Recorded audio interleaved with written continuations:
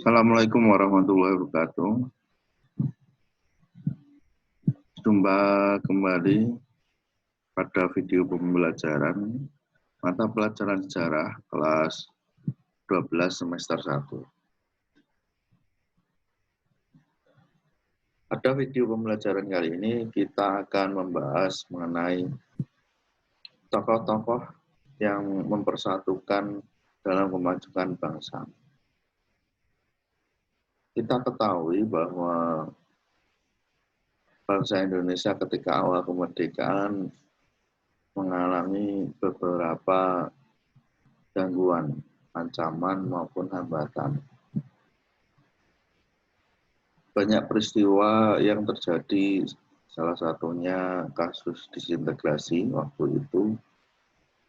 Tercatat ada 8 kasus disintegrasi yang terjadi ketika Indonesia awal kemerdekaan hingga tahun 1970-an. Nah, di balik peristiwa disintegrasi tersebut ada tokoh-tokoh yang berhasil menjaga persatuan dan kesatuan bangsa Indonesia. Siapa tokoh-tokoh tersebut? Nah, kita akan membahas pada materi kali ini. Sebelum kita masuk pada tokoh-tokoh pemersatu bangsa, kita bahas terlebih dahulu wujud dari persatuan dan kesatuan bangsa. Persatuan, kita tahu bangsa Indonesia itu terdiri dari berbagai macam suku, ras, dan bahasa. Suku, ras, dan bahasa ini menjadikan atau menimbulkan kemajemukan di bangsa Indonesia. Banyaknya ras, suku, bangsa, dan bahasa ini sebenarnya ada nilai positif dan ada nilai negatif. Nilai positifnya ya kita memiliki berbagai macam suku, ras, dan bangsa yang saling menghormati, yang saling menghargai dan toleransi. Namun di sisi negatifnya, karena banyaknya perbedaan juga memiliki resiko nantinya akan terjadinya perpecahan. Maka agar tidak terjadi perpecahan karena kemajemukan yang banyak, maka kita harus memiliki keharmonisan. Jika tidak memiliki keharmonisan, nanti akan menimbulkan konflik sosial. Sudah cukup banyak sekali peristiwa-peristiwa konflik sosial yang disebabkan oleh kemajemukan, kurangnya kesadaran akannya kemajemukan di bangsa Indonesia. Nah, permasalahan konflik sosial ini akan hilang atau terkikis jika semua memiliki kesadaran tentang integrasi bangsa, penyatuan bangsa, integrasi itu penyatuan, persatuan. Permasalahan-permasalahan ini tentang konflik sosial yang terjadi akan hilang jika semua sadar bahwa kita itu satu bangsa, satu ikatan. Maka bagaimana cara menumbuhkan kesadaran integrasi bangsa? Pertama adalah caranya dengan menumbuhkan ikatan bersama. Ikatan bersama itu terbukti bisa membuat bangsa Indonesia bersatu. Contohnya, ketika Indonesia mengalami Sumpah Pemuda, bangsa Indonesia waktu itu diwakili oleh para pemuda bersumpah untuk menjadi satu bangsa, satu tanah air, satu bahasa. Nah, itu akan menimbulkan ikatan bersama. Seperti halnya sekarang ketika kita terjadi perpecahan, maka kita harus menumbuhkan ikatan bersama. Ikatan itu yang akan membuat kita meredam kita agar tidak terjadi konflik. Kemudian yang kedua adalah menguatkan identitas nasional. Identitas nasional itu seperti halnya bahwa ketika misalnya sebagai contoh ini, kita ingat dulu pernah terjadi adanya pengakuan kebudayaan oleh negara lain. Secara tidak sadar kita bersama-sama langsung menyatakan menolak. Sama-sama menyatakan menolak atas klaim dari negara lain tersebut. Padahal itu bukan kebudayaan asli daerah kita, tapi kita secara sadar itu menjadi identitas nasional kita, sehingga kita bersama-sama menolak kebudayaan itu diklaim oleh negara lain. Seperti hanya wayang pernah diklaim oleh negara lain juga. Pada wayang itu kebanyakan tradisinya dari Jawa.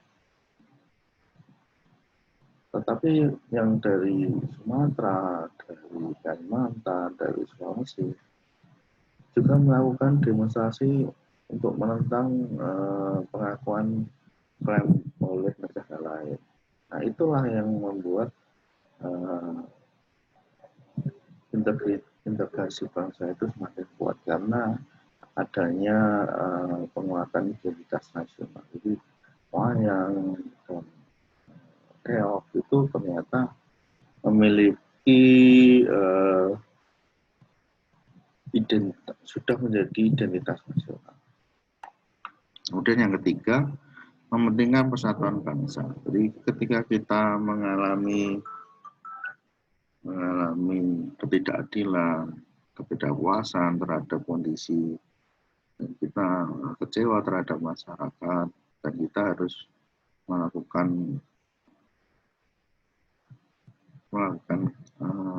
sesuatu perubahan untuk kelompok kita, maka jika perubahan tersebut memecah belah persatuan, maka lebih baik kita harus mementingkan persatuan nasional.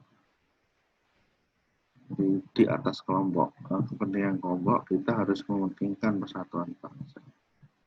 Yang keempat, menciptakan kerukunan antar semua warga negara. Dan yang kelima adalah menghargai jasa para pahlawan. Nah, dari kelima ini, maka jika dijalankan semuanya, maka persatuan bangsa ini akan terwujud. Nah, itu kira-kira wujud persatuan dan kesatuan bangsa. Selanjutnya kita akan membahas mengenai tokoh-tokoh yang dulu berjasa pada bangsa dan negara mempertahankan keutuhan bangsa. Tokoh yang pertama adalah Franz Kaiserbusch. Beliau lahir tanggal 10 November 1921.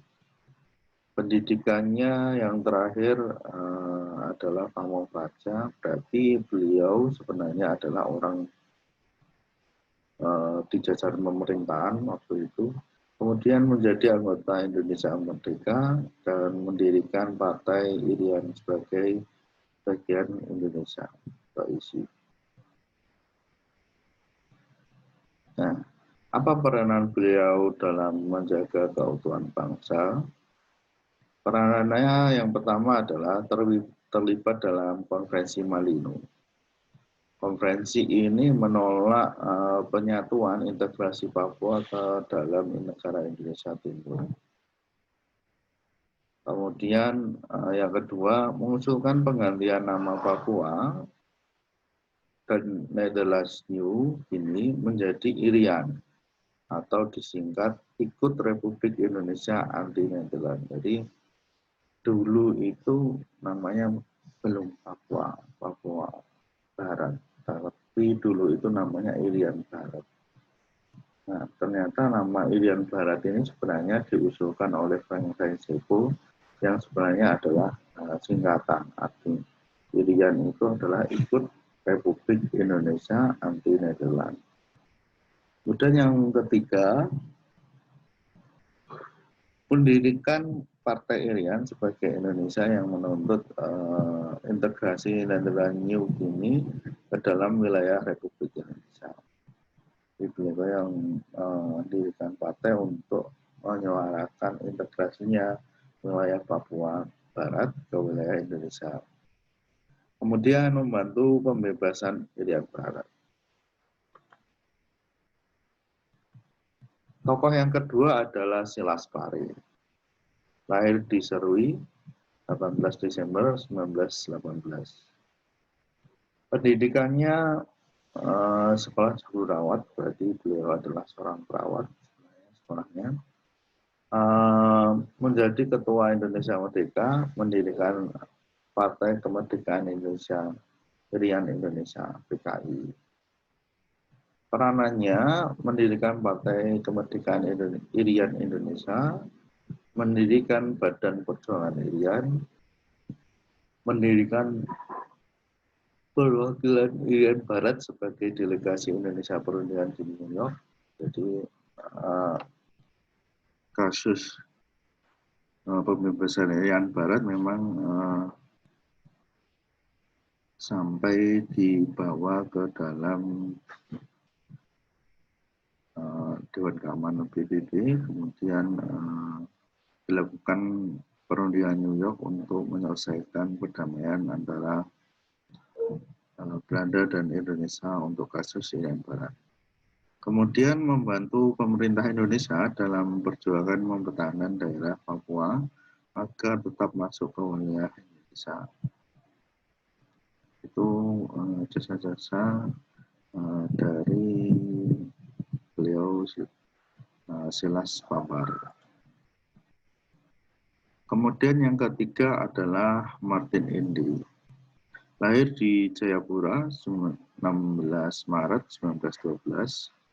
Pendidikannya adalah militer. Beliau adalah seorang tentara atau anggota militer. Menjadi anggota Partai Indonesia Merdeka, menjadi anggota Komite Indonesia Merdeka. Peranannya adalah beliau melakukan perlawanan terhadap Belanda melalui BIM, Partai Indonesia Merdeka. Kemudian memimpin aksi protes yang didukung oleh 12 kepala suku. Beliau menggerakkan beberapa kepala suku untuk menolak kembalinya Belanda ke tanah Papua. Kemudian menolak permisahan Papua dari wilayah Republik Indonesia, membujuk anggota militer dari Indonesia untuk melawan Belanda. Yang kelima adalah membantu perjuangan Trikora dalam pembebasan Irian Barat dengan membantu TNI menyusut ke wilayah Papua.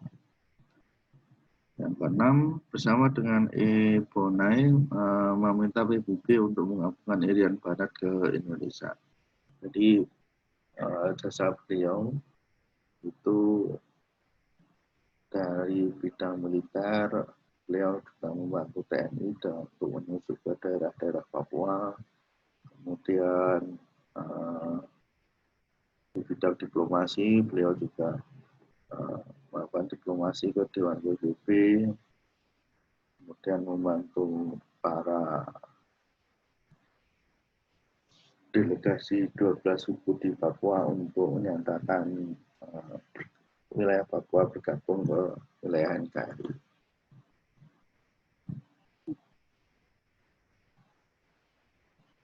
Selanjutnya adalah yang keempat adalah Sri Sultan Hamengkubuwono ke-9.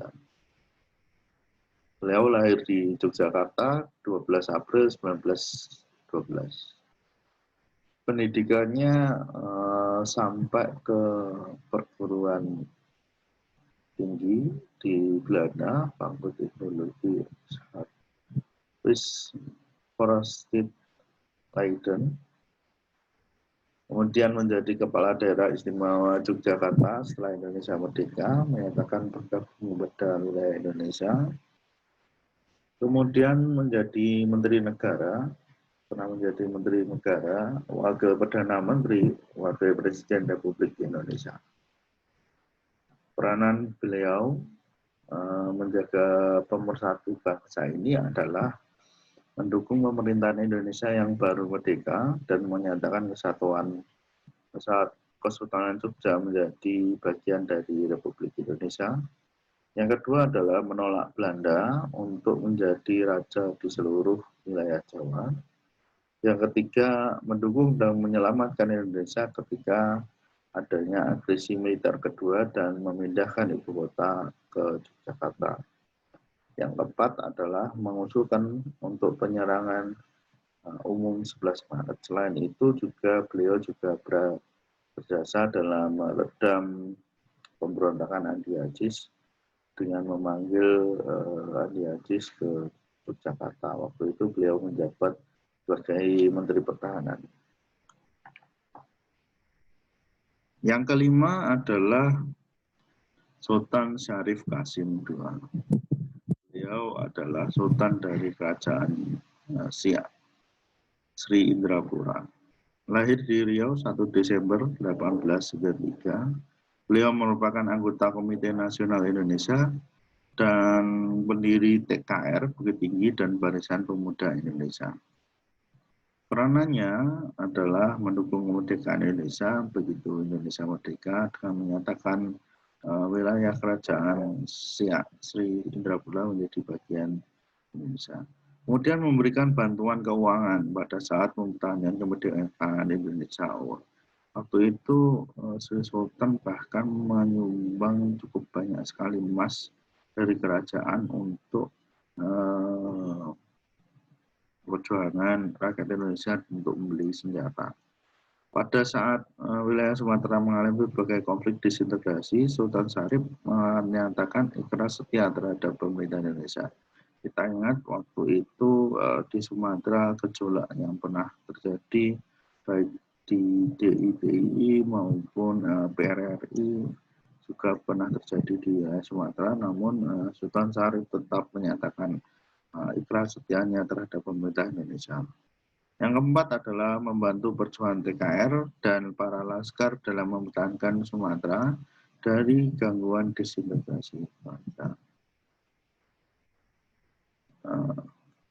Yang keenam adalah Opu Daeng Risaju. Beliau tokoh wanita yang turut berjuang dalam mempertahankan persatuan dan keutuhan bangsa. Lahir di Palopo 16 Januari 1880, merupakan keturunan bangsawan Kerajaan Luwu, aktif dalam kegiatan politik organisasi kebangsaan pada masa revolusi. Kemudian menjadi Ketua PSSI Palopo 1930. PSSI ini bukan persatuan sepak bola ya, bukan. Kemudian peranannya adalah aktif dalam pergerakan perjuangan kemerdekaan Indonesia, kemudian aktif menggerakkan masyarakat Palopo untuk melawan Nica pada peperangan awal kemerdekaan, kemudian melakukan serangan terhadap Nica bersama pemuda Republik. Yang ketujuh adalah Ismail Marzuki.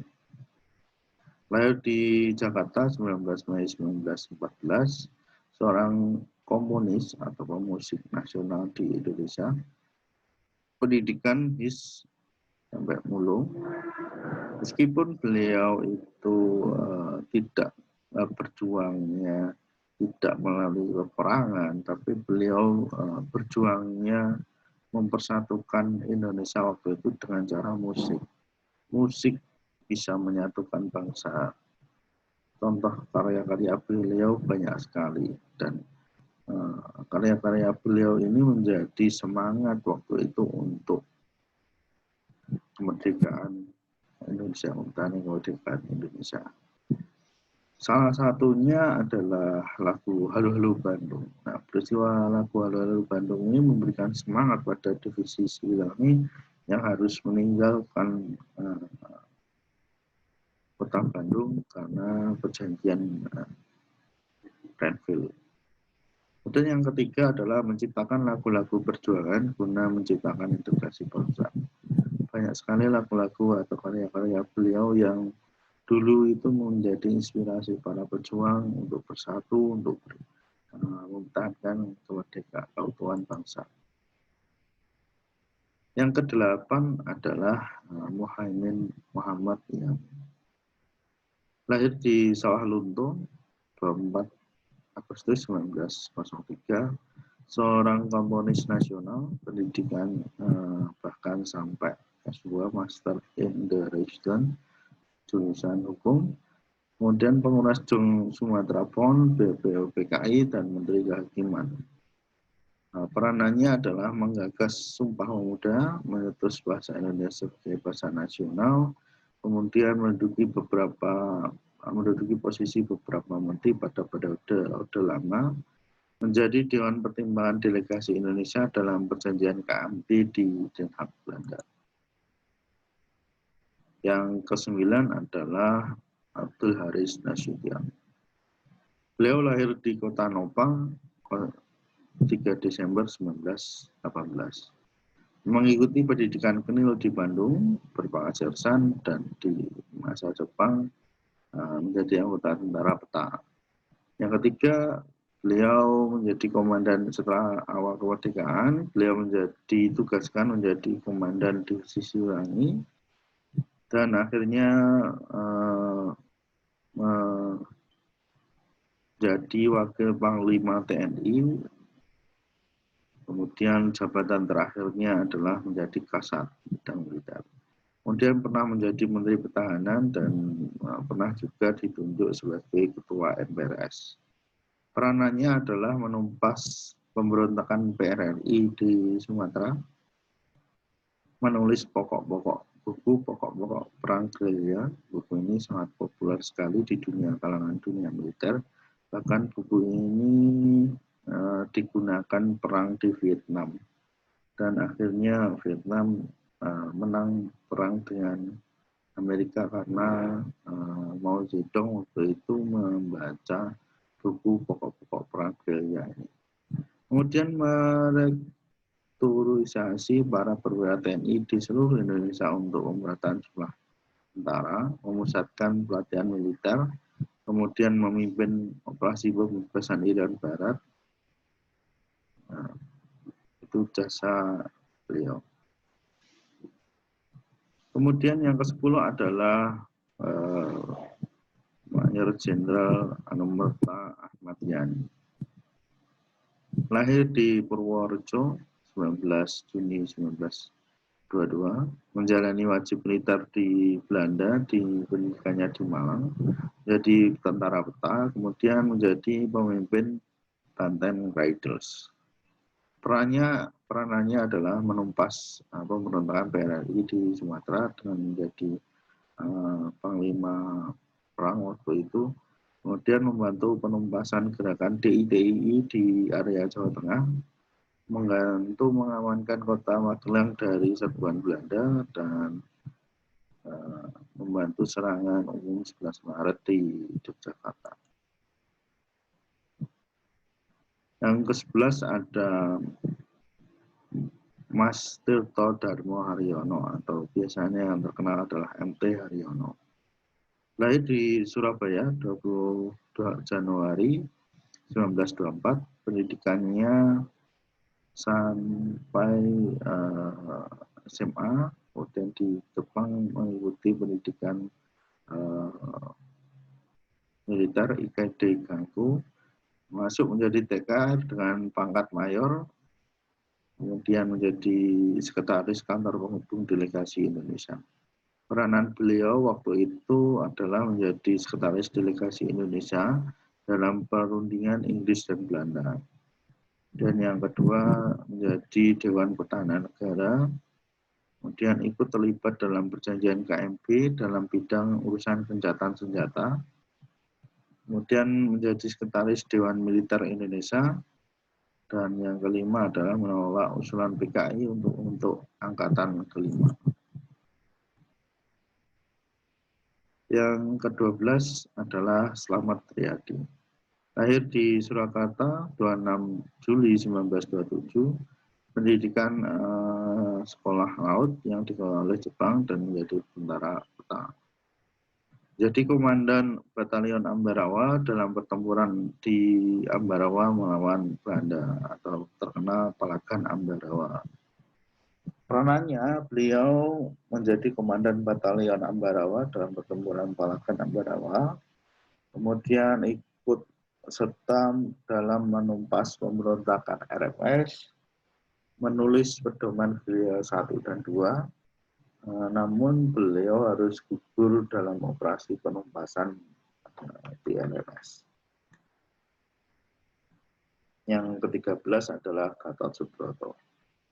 Lahir di Banyumas 10 Oktober 1907, riwayat pendidikan wajib militer di Genil di Padang, pendidikan pasukan khusus Moses. Ini pasukan yang paling ditakuti di jajaran Genil, pasukan khusus Moses. Kemudian tergabung dalam TKR Divisi 2 dan pernah menjadi gubernur militer daerah Surakarta, kemudian menjadi wakil kasat, pernah menjadi panglima teritorial Kodam Diponegoro, kemudian yang mencetuskan pembentukan AKABRI.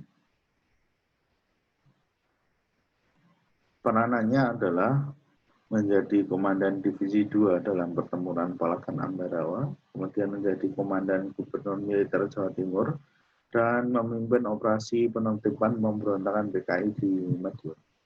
Kemudian membentuk AKABRI. Yang ke-14 adalah Yos Sudarso. Beliau lahir di Salatiga, 24 November 1925, menjalani pendidikan sampai tingkat SMA di Semarang, kemudian mengikuti pendidikan wajib militer, kemudian masuk Angkatan Laut, menjadi perwira Angkatan Laut BKL pada ALRI, memimpin komando kapal KRI Gajah Mada. Jadi beliau memimpin kapal KRI Gajah Mada.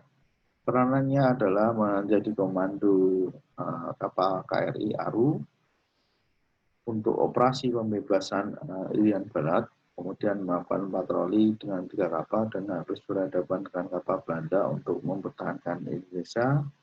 Namun beliau pada akhirnya harus gugur dalam pertempuran di Laut Aru tersebut. Demikian tokoh materi tentang tokoh-tokoh pemersatu Kesatuan Bangsa Indonesia. Sampai jumpa pada materi selanjutnya. Assalamualaikum warahmatullahi wabarakatuh.